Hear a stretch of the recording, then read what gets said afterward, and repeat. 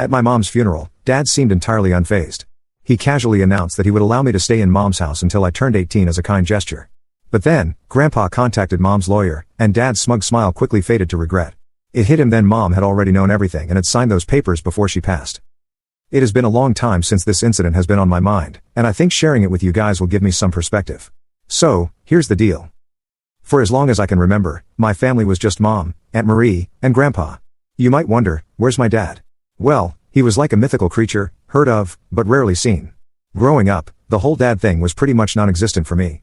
In my 17 years of life, I feel like I saw my dad only a couple of times. The guy was a ghost, showing up only on special occasions like Christmas or birthdays. He'd swoop in with presents, act like father of the year for a hot minute, and then, poof, gone again. As a kid, I was always waiting for him to come, just so that he could leave again. It was just a long series of disappointments. The weirdest part was that Mom and Dad were still married. Don't ask me why, 'cause I've got no clue. It was like this bizarre arrangement that nobody talked about. Anyway, in the past few years, my mom got really sick due to lupus, an autoimmune disease she had. She was put on bed rest, which was particularly difficult for her since she could not accept the idea of sitting idle and not working. Ultimately, Aunt Marie took over the business, and Grandpa, Mom's dad, moved in to help out. Grandpa was a retired lawyer, and he was always organized, making sure everything ran smoothly. Our little family unit adapted to the new normal with Aunt Marie balancing work and care, and Grandpa and I handling household affairs. So, during this whole mess, suddenly Dad became more frequent with his visits. He would tell Aunt Marie and Grandpa to take a break and that he would handle everything. My aunt and Grandpa weren't big fans of him either, so they quietly carried on with their duties. Initially, it was all very weird to me, but there was also a chance that I was being too judgmental, and maybe he was genuinely trying to be better this time. Apart from taking care of Mom, Dad would also spend a lot of time with me and talk to me about stuff. He even apologized to me a couple of times for not being around and said he would explain why once I was old enough. Although I hadn't forgiven him for his absence, I was happy that he was here by my side during this difficult time. But that happiness didn't last for long. Unfortunately, our care wasn't enough to help Mom, and she passed away. I was completely shattered. Mom was my best friend and soulmate, and I could not believe that I would never get to talk to her again. I also felt bad for Dad because he had recently gone to handle some work, and he had been here with us the whole time but missed Mom's last moments. So, we informed Dad about when we were having the services. On the day of the funeral, Dad was right on time. He looked sad, and it seemed like he genuinely missed his wife. Not only that, but he also gave a speech during the services about how incredible Mom was and that he never met somebody else who was as courageous as her. His words were moving, and many people got emotional listening to him. It almost felt like he was really mourning her loss, and I started to believe that maybe he had loved her in his own way. For that brief moment, I was sure that I had been too harsh in my judgment of him. But then, after everyone had left, the house was quiet, and the environment became tense. I saw Dad, and he looked nothing like he did before. His demeanor shifted from the grieving husband to something more distant and formal. What came next was so unexpected that I thought I was dreaming. Dad told me that he had made a decision. He would allow me to stay in my home until I turned 18. After that, I was supposed to move out of this place and would basically be on my own. I just stood there, dumbfounded. Allow me? The place where I grew up, where all my memories with Mom were, was now out of the blue being snatched by my dad, who had been missing in action his whole life. I was in shock. It felt like I was being kicked out of my own life. Just when I thought things couldn't get any worse, Dad decided to play landlord with my childhood home. I gathered enough courage to ask my dad what made him think that he could evict me from my own house. He answered that he was my guardian now, and the guardian could take whatever decision he considered right. I was taken aback. Everything made sense now. This was why he had been so frequent with his visits in the last few months. It was him seeking assurance from my mom that everything she had would be as after her death. Aunt Marie and Grandpa were right to not trust him. It was like he heard my thoughts because he said that I had been spending too much time with my aunt and Grandpa, and he was not going to let me meet them anymore. He had a couple more rules for me that I can't even go on about right now. All of it made me question why I ever believed him when he said that he cared about Mom and me. After Dad dropped that bomb about letting me stay only till 18, things went from bad to worse. It was like he was making up for lost time by cramming 17 years of parental control into a few weeks. First, he started with my phone. For your own good, he said, as he installed some creepy parental control app that basically turned my smartphone into a glorified brick. Suddenly, I couldn't text my friends without him seeing every message. Social media? Forget about it. Then came the curfew. Apparently, 7 p.m. was the new midnight. It's not safe out there, he'd say, conveniently forgetting that I'd been navigating the neighborhood just fine for years without his input. Some of you might think that this might be his way of showing that he cares for me. Well, let me tell you guys something. I have been excelling in my studies since I was a kid. I rarely went to any parties or sleepovers, so I wasn't known for being problematic. Mom also had some rules for me, and I gladly followed them. But this was definitely getting out of hand. The worst part, though? He started vetting my friends. And by vetting, I mean interrogating them like they were suspects in a crime show. One of my best friends almost had a breakdown when he grilled her about her parents' occupations and her GPA. Every day, it felt like another piece of my life was being chipped away. I couldn't even go to the corner store without a full report on where I was going, who I'd be with, and when I'd be back. The final straw came when he announced that he was planning to homeschool me. Yeah, right, more like isolating me from the last bit of normalcy in my life. His intentions were clear. Not only did he plan to steal all of Mom's assets and make sure I didn't get any of it, but he also wanted to make my life hell as long as he possibly could. I was done. I couldn't take any more of this policing. So, one night when he was away, I called my friend Lisa and asked her to call my aunt. I couldn't directly call Aunt Marie because my father had deleted her number from everywhere, and also, he would have killed me if he found out that I talked to her. Thank God for Lisa, 'cause she didn't hesitate even for a second. Lisa left me a note the next day at school with Aunt Marie's response. That weekend, while Dad was out on one of his mysterious errands, Aunt Marie and Grandpa showed up at our door. The look on their faces when I spilled everything was unforgettable. They were furious. At the same time, they told me that they had news of their own that was bound to get my father's attention. Let's just say Dad had no idea what my family had in store for him. The most important thing at that time was to get out of that house as soon as possible. So, before Dad could come, I packed my stuff and went to stay at Aunt Marie's place. It was tough leaving my childhood home, where all my memories with Mom were, but I was going to make sure this getaway was not permanent. The very next day, my father was out of control, looking everywhere for me and asking all of our relatives for my whereabouts. I was honestly a little confused by this, because isn't this what he wanted, me out of his house? But clearly, he wasn't done. My aunt called him, and on my grandpa's advice, she told him that they would meet him at the diner near my home. Of course, my father was not very reasonable to begin with because he was busy screaming, but somehow Aunt Marie convinced him. When D-Day arrived, we were all set to break the big news to Dad. We spotted Dad instantly. He was sitting in a booth, looking like he'd been through a war. His usually impeccable suit was rumpled, and there were dark circles under his eyes. For a split second, I almost felt bad for him, almost. The second Dad laid eyes on me, he exploded. He jumped up, causing a scene that had every head in the diner turning our way. He was enraged, and I could do nothing but hide behind Grandpa. Aunt Marie, thank God for her, stepped in like a boss. She shot Dad down with just a few words and a look that could freeze hell over. It was pretty impressive, actually. She managed to make Dad sit his butt back down without even raising her voice. As we all slid into the booth, the tension was so thick you could cut it with a knife. Dad's eyes were darting around like a cornered animal, especially when he noticed the thick manila envelope Grandpa was carrying. You could practically see the gears turning in his head as he tried to figure out what was going on. I was as impatient as you might be while reading this because they hadn't told me anything either. That's when Grandpa dropped the first bomb. He told Dad that Mom knew, she knew everything. At that moment, I was even more confused than Dad. He tried to play dumb, but the panic in his eyes was a dead giveaway. He knew exactly what Grandpa was talking about. Aunt Marie then laid it all out. Dad stole money from Mom's company, but that wasn't the biggest news. Before I could process anything, I was told that Dad had another family in Nebraska. Everything I felt like I'd been sucker punched. Another family? Embezzlement? Just when I thought this whole situation couldn't get any more messed up, it did. My head was spinning, trying to process all this new information. Apparently, I knew nothing about Dad. But Grandpa wasn't done. He pulled out a stack of papers from the envelope and explained that Mom had made some arrangements before she passed. The house, the business, everything. It was all in a trust for me. Dad had no claim to any of it, as Aunt Marie was in charge of it. As Dad flipped through the documents, his face went pale. He, of course, tried to bust his way out of it. He claimed it couldn't be legal and threatened to fight it, but Aunt Marie shut that down real quick. She hinted that if he tried anything, the IRS and his other wife might find out about his creative accounting. That shut him up pretty fast. Everything that was happening was so surreal. As a kid, I told myself that Dad was a busy guy and his job came in the way of him being with his family all the time.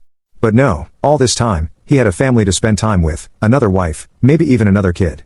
It broke my heart that he was capable of loving and caring, just not for me and my mom. Anyway, Grandpa laid out the terms. If Dad walked away and signed the papers renouncing any claim to Mom's estate, they'd keep his secrets. If he fought it, well, let's just say the implications were clear. Dad didn't really have a choice, and he understood that clearly. But he didn't need any reason to make a scene. In classic narcissist fashion, he lashed out and started to scream at my aunt and Grandpa, calling them liars and cheaters and whatnot because they were stealing money from Mom. Funny coming from him. Grandpa tried to calm him down by reminding him that we were in public, but there was no chance Dad was going to listen. When his unnecessary shouting didn't work, he started telling me that he always loved me and he knew that he made a mistake but was willing to work on everything. That was followed by a meaningless apology for isolating me in my own home and a promise that my home would not be taken away from me. He brought up Mom, trying to use her memory as emotional leverage. He started talking about how much she would have wanted us to be a family and how she always believed in second chances. If he had said all of this to me earlier, I would have forgiven him, but now he had backstabbed me, and he was not getting away with it. A normal, sane human being would probably give up by now and accept defeat. But Dad? He brought up his other family in this god-awful discussion and said they would become homeless if I didn't help them. Dad knew that I wouldn't want to punish innocent people for his mistakes, and this manipulation could work. Well, he was wrong. I wasn't going to buy into his act anymore. I made it very clear that when I actually needed a father figure, he wasn't there, and now I didn't need a manipulative dad like him to destroy my already messed up life. After that, Dad stormed out of the room, ending his speech with something to the effect of "You will regret this or this is not over." To be honest, although I glossed over his speech at the time, the part where he talked about his other family actually made me rethink everything. It wasn't something I had fully considered before. The thought of potentially taking away someone else's shelter weighed heavily on my mind. This is exactly the reaction he was looking for, and sadly, he was getting it. So here I am, asking for your opinion so that I can finally have some guidance on this matter. Am I really in the wrong for not letting my dad get away with his manipulations and deceit? I understand that there are complex emotions and relationships at play here, but I can't shake the feeling that holding him accountable is the right thing to do. I'm torn between standing up for myself and being mindful of the impact my decisions might have on others. Any advice on how to proceed with this complicated situation?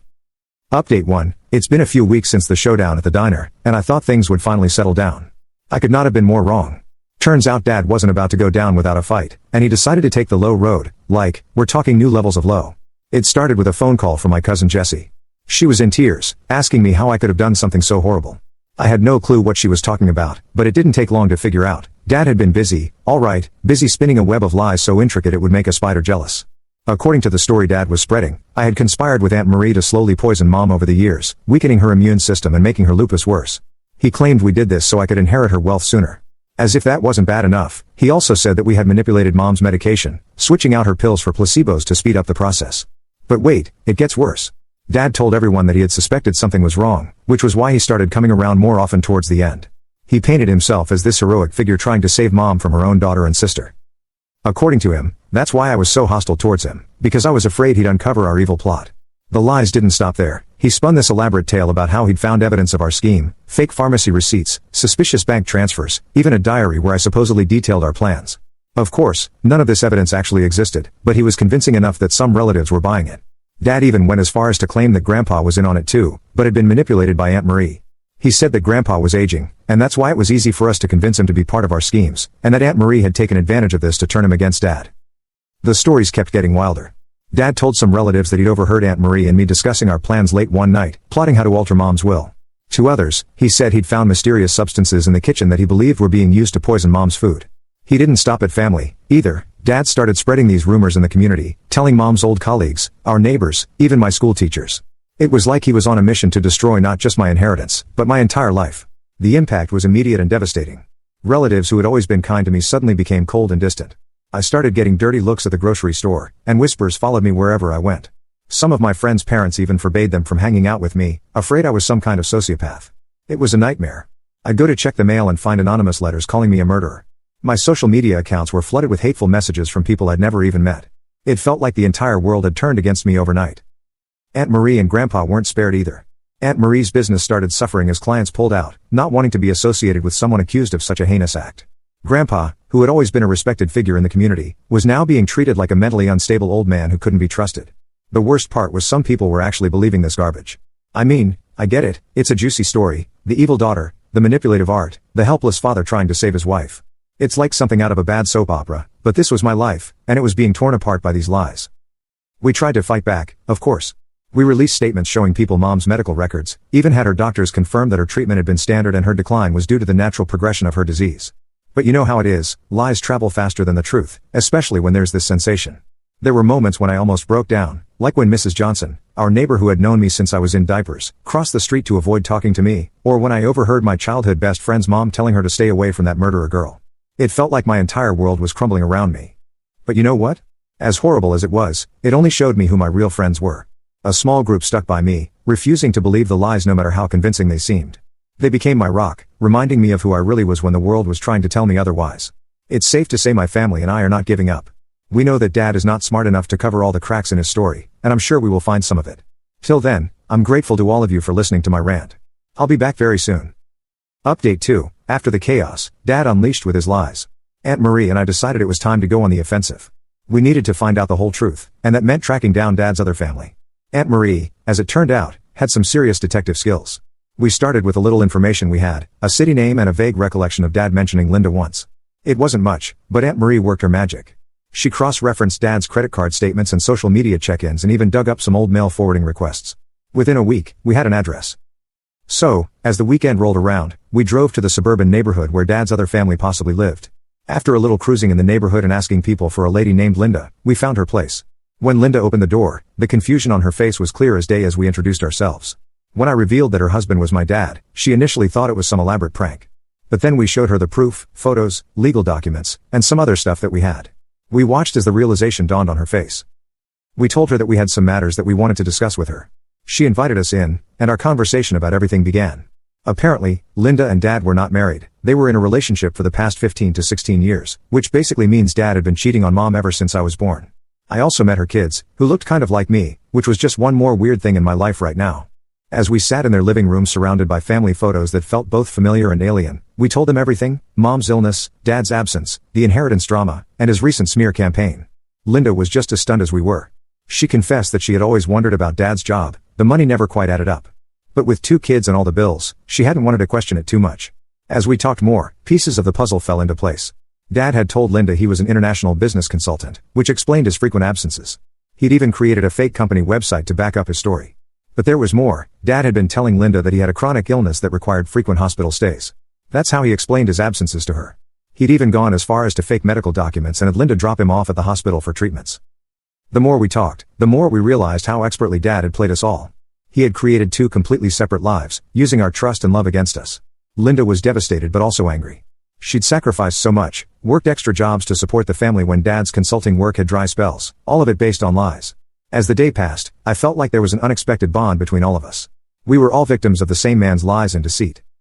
After hours of discussion, I asked Linda if she would come with us to confront Dad and settle this matter once and for all. I made it very clear that I did not want her to feel pressure to be part of this and that she should only do this if she was comfortable with everything. Despite the shock and hurt she was experiencing, Linda agreed without hesitation. She said that she was determined to help in any way possible. Linda said that she would come to the city herself and would be there in 2 days. So, with that, my aunt and I decided that it was time to return and prepare ourselves for the next confrontation coming our way. Hopefully, it will be our last. As always, you guys will know as soon as the next thing happens. Thanks again for reading my soap opera-like story. Till next time. Update 3, hi guys, how are you? I finally confronted my dad about everything. But before we get into that, I also wanted to address some questions about Linda. The major questions were if I was sure that I could trust Linda and what if she was also playing a part in my dad's vindictive plan. Well, Aunt Marie and I did a lot of research to make sure that we were trusting the right person. While my aunt looked up as many documents as she could, I searched Linda's and her kids' social media. Judging based on their lifestyle, they were definitely not involved in way too much luxury. And correct me if I'm wrong, but wouldn't there be some signs of them wasting away the money they had stolen from someone else? On the other hand, whenever Dad came by our home, he would always be seen in a new tailored suit with expensive gifts. Also, Linda seemed genuine. My mom had to take care of everything in her life, and even though she had Grandpa and Aunt Marie by her side, it was still hard. I can't even imagine how difficult it must be for Linda to take care of her 2 kids while her partner was missing in action. I sympathized with her state and wanted her to know the truth so that both of us could move on for good. Anyway, getting back to what happened with Dad. After Linda arrived, the 4 of us, Grandpa, my aunt, Linda, and I, paid him a visit at the same diner where he made a scene last time. I was surprised that he was still allowed there, given the fact that the manager was very angry with him that day. It seemed like he had prepped for another argument, but all that changed when he saw Linda. He realized his 2 worlds were colliding. For a moment, he looked like he might bolt, but Grandpa's steady presence at the diner's entrance stopped him in his tracks. I was honestly scared of him because he was glaring at me the whole time, as if everything was my fault. The whole conversation was so intense and emotionally taxing. Dad tried to lie his way out, but faced with both families, his web of lies quickly fell apart. Linda, showing remarkable strength, laid out every inconsistency, every lie he had told her over the years. I shared my own experiences, the years of absence and neglect. The tension in the air could be cut with a knife as we all confronted the man who had deceived us for so long. As the truth came pouring out, Dad's carefully constructed facade crumbled. He broke down, admitting to his double life, the lies, and the manipulations. He spoke of feeling trapped, of one lie leading to another until he was in too deep to find a way out. It wasn't an excuse, but it offered a glimpse into the troubled mind of the man who had caused us so much pain. I could tell that Linda felt pity for him a little bit, but not me. He had done irreversible damage to me and basically traumatized me at the lowest point in my life. I was just glad he was finally owning up to what he had done. In the end, it was Linda who took charge. She calmly told him what would happen next. Dad would come clean to everyone, family, friends, and colleagues, and do damage control for all the rumors he spread about Aunt Marie and me. He would seek professional help and therapy to address the issues that led him to create this elaborate deception. And most importantly, he would take responsibility for his actions and make amends. If not, Linda made it clear that she would expose him, and I could already tell that she meant it. After a tense standoff, he reluctantly agreed. So that's where we are now. There's still a long road ahead of us, but it feels good to finally be on the same page. Thank you all for your support and encouragement. I hope you all are doing well. I'll update you soon about how Dad handles this situation.